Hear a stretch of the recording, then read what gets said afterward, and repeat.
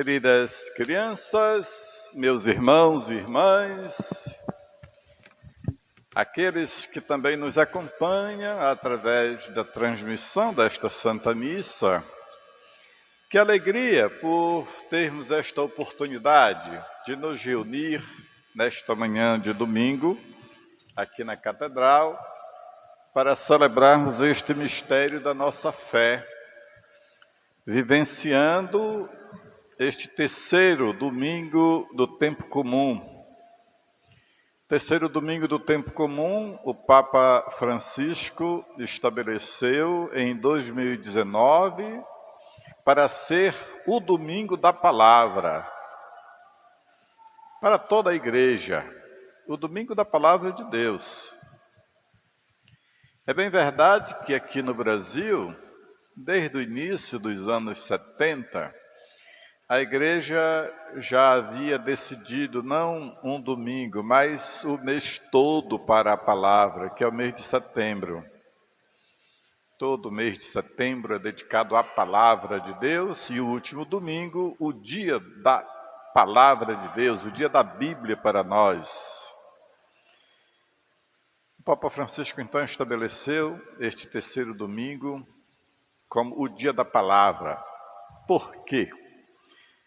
Porque muitas comunidades pelo mundo afora, inclusive na nossa diocese, temos no dia de hoje, enquanto só aqui na Catedral nós temos 4 missas, só aqui no domingo, fora as outras paróquias aqui da cidade que têm um número parecido de missas. Temos comunidades no interior da nossa diocese que não tem nenhuma missa e estão longe da sede paroquial. Estes nossos irmãos e irmãs também são filhos de Deus e merecem ouvir a palavra. Então, o nosso sonho é que de todas as comunidades da nossa paróquia tenha a celebração da palavra no dia de domingo. Não tem Eucaristia, mas podem ter a palavra de Deus proclamada. Esta mesma palavra que aqui nós ouvimos, eles também merecem ouvir. Pois bem, então, estamos ainda dando os primeiros passos do tempo comum. Hoje é apenas o terceiro domingo. Podemos perceber que a estrutura desse grande projeto, deste caminho que nós temos pela frente, de 34 domingos do tempo comum ao longo do ano, é necessário que esses primeiros domingos sejam estruturais, podemos dizer assim. Podemos definir como será esse caminho, o que é necessário, o que é indispensável, isto é, o que não pode faltar neste caminho que nós temos pela frente, para fazermos uma grande caminhada, uma grande romaria. Tem algumas coisas que não podem faltar na bagagem. É claro que Jesus vai dizer para que todo aquele que Ele chama não pode levar mais do que 2 túnicas, o mínimo possível. Nesse projeto que Jesus tem para nós, algumas coisas não podem faltar. E é muito importante com que, no domingo passado, nós ouvimos o Evangelho nos mostrar o batismo de Jesus. E no batismo de Jesus, nós ouvimos uma voz que vinha do alto dizendo: "Este é o meu Filho amado, nele deposito todo o meu amor." E naquela bela declaração desta voz do próprio Pai, que vem do alto para com seu Filho Jesus, é também a declaração de amor de Deus para com você, para comigo, para com todos nós batizados.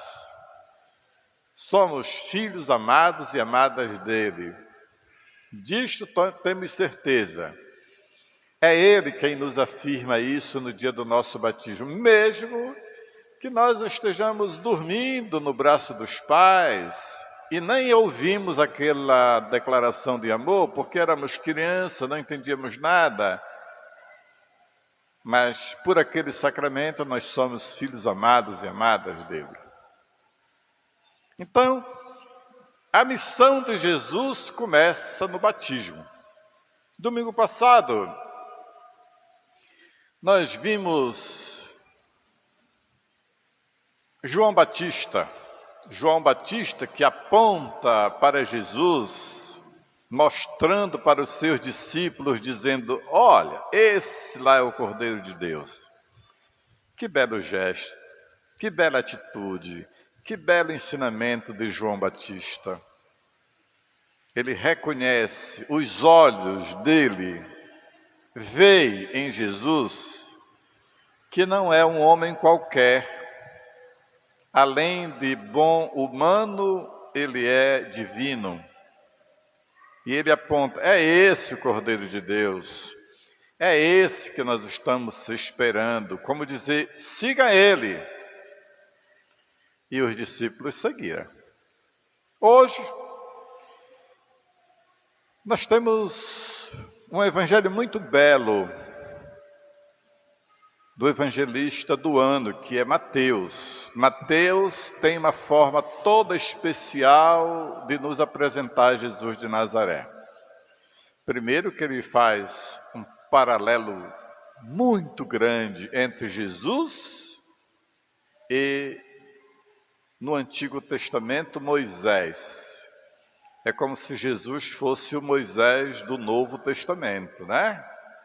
Então, em muito nós vamos ver esta comparação de um com o outro. Ou o Moisés do Novo Testamento, que se embasa no Moisés do Antigo Testamento. Portanto, minhas irmãs e meus irmãos, o começo do Evangelho de hoje nos mostra: João tinha sido preso e Jesus voltou para a Galiléia.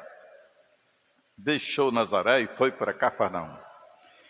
Este fato da prisão de João Batista, que era um grande profeta e que vinha anunciando e convocando o povo para a revolução da conversão. É necessário a conversão, dizia João Batista. Agora, os motivos da sua prisão nós sabemos, e depois ele vai ser decapitado na prisão, porque ele cobra a conversão, inclusive de Herodes, que deveria dar exemplo, não um mau exemplo de ficar tomando a mulher do seu próprio irmão. E João Batista então denuncia isto, e por isto ele vai ser assassinado. Aqui, João Batista é preso. E vejam só o que causa no entendimento de Jesus esta prisão de João Batista. Esta prisão de João Batista provoca um discernimento e uma tomada de atitude em Jesus. Depois que João Batista, que era um grande referencial para Jesus, depois que ele é preso, Jesus diz: agora não tenho mais o que esperar. Agora eu tenho que agir. Agora eu tenho que começar a testemunhar na sociedade onde moro. Porque este sonho de Deus não pode ficar preso juntamente com João Batista lá na cela. Então ele diz: agora eu preciso agir.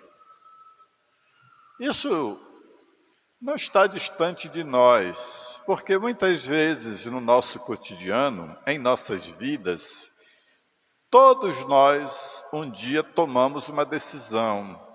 E teve fatos na nossa vida que foram marcantes. Teve fatos que impulsionou uma tomada de decisão na minha vida, pelo matrimônio, para o matrimônio, para exercer uma profissão, para a vida vocacional, ministerial, ou uma vida missionária, vida religiosa. Todos nós tomamos uma decisão, muitas vezes, provocados por um fato que nos antecedeu. E aí tomamos a decisão. Muitas pessoas que tinham um caminho, de repente têm que mudar de caminho, mudar de rumo, mudar de direção, por causa de um determinado fato que foi marcante, que foi determinante na sua vida. Pessoas que se convertem por causa de um fato, muitas vezes até doloroso. Pois bem, o Evangelho de hoje nos mostra algo assim. A prisão de João Batista provoca em Jesus uma tomada de atitude. Agora eu devo agir. E Jesus então começa. Após o seu batismo, agora são os primeiros passos dele. E ele tem na cabeça, tem uma mensagem. É uma mensagem que vai fazer parte da sua vida. Qual é a sua mensagem? Qual é o seu lema? O reino de Deus está próximo. Esta é a sua mensagem.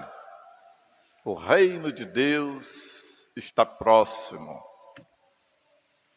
Este é o lema do seu projeto de vida. É aquilo que vai iluminar todo o caminho que tem pela frente. E como fazer isso se eu não posso fazer sozinho? Aí ele vai convidar, formar um grupo, uma equipe. E aí ele começa convidando para vivenciar este sonho que ele tinha, que agora vai se tornando num projeto de vida, que é o projeto do reino. O reino de Deus, onde Deus possa agir. E ele, então, ele começa convocando 2 pares de irmãos. Ele convida Pedro e João e os convida a seguir. Pedro e João, que estavam trabalhando no mar, eram homens da pescaria, estavam com seu pai na lida do mar. O mar, na Sagrada Escritura, é onde se deposita, onde está todo o mal, todas as feras, tudo aquilo que de mais ruim possa acontecer.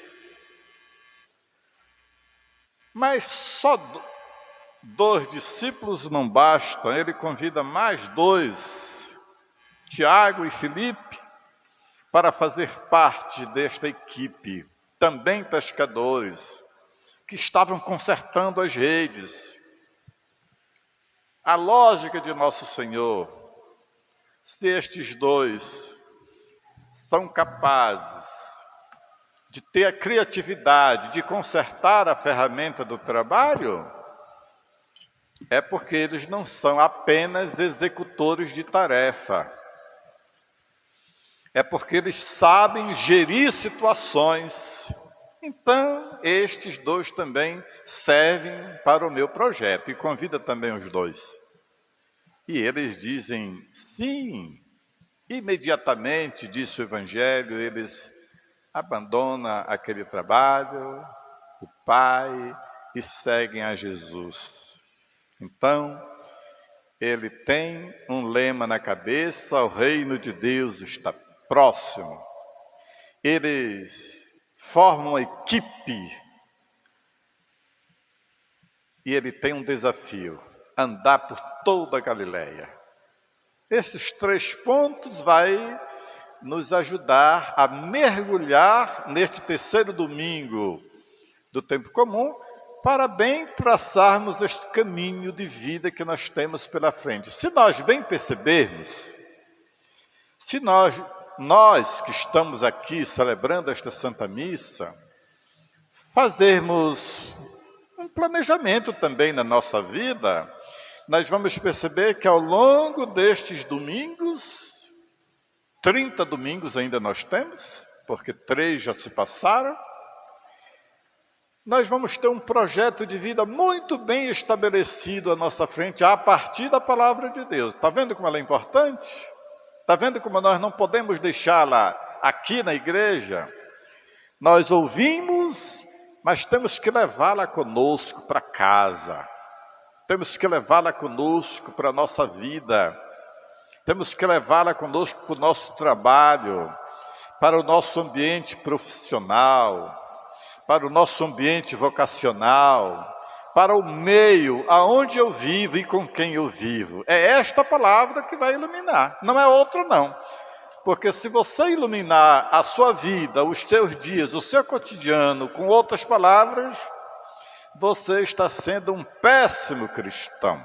E não é isso que nós queremos.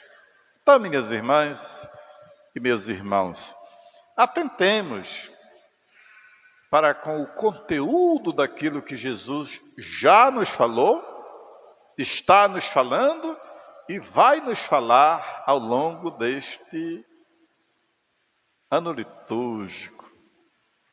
Assim como André e Simão Pedro, Tiago e João são convocados para seguir Jesus, cada um de nós também somos convocados pela palavra para testemunhar a nosso Senhor no cotidiano de nossas vidas, lá onde vivo. Isso é muito bonito. Se a liturgia já nos mostrou que a missão de Jesus começou no batismo, também a nossa missão como cristãos começa no batismo.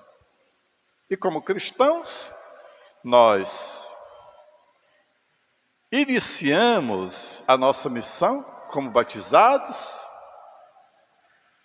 alimentamos esta missão na Eucaristia e desempenhamos esta missão no nosso cotidiano, na testemunhança na comunidade onde eu vivo, já que nenhum cristão que se preza vive de fora da comunidade. Tem sempre uma comunidade para testemunhar a fé. E todos nós temos a nossa, lá onde eu vivo. Então, a nossa missão que nasce no batismo, se alimenta na Eucaristia, se fortalece na Eucaristia e testemunhamos e executamos esta palavra na comunidade. Esse tripé é muito importante, então, para a nossa vida. Agradeço a Deus pela vinda de todos vocês e daqueles que nos acompanham esta Santa Missa. Vamos daqui a pouco nos alimentar desta Eucaristia, para que ao sair da igreja nós nos sintamos, assim como Jesus e aqueles que ele convidou, dispostos a anunciar em toda a Galileia. Qual é a Galileia da nossa vida? Todos nós temos uma Galileia. A Galileia da nossa vida é onde tem o maior desafio para a gente ser cristão. É lá que é a Galileia. A Galileia que nós ouvimos no Evangelho de hoje é um lugar teológico que exige de nós, então, uma atitude, um compromisso, um discernimento. Qual é a Galileia da sua vida? Onde é na sua vida que está se exigindo maior atenção, maior cuidado, maior desafio, maior discernimento? Louvado seja nosso Senhor Jesus Cristo. Para sempre seja louvado.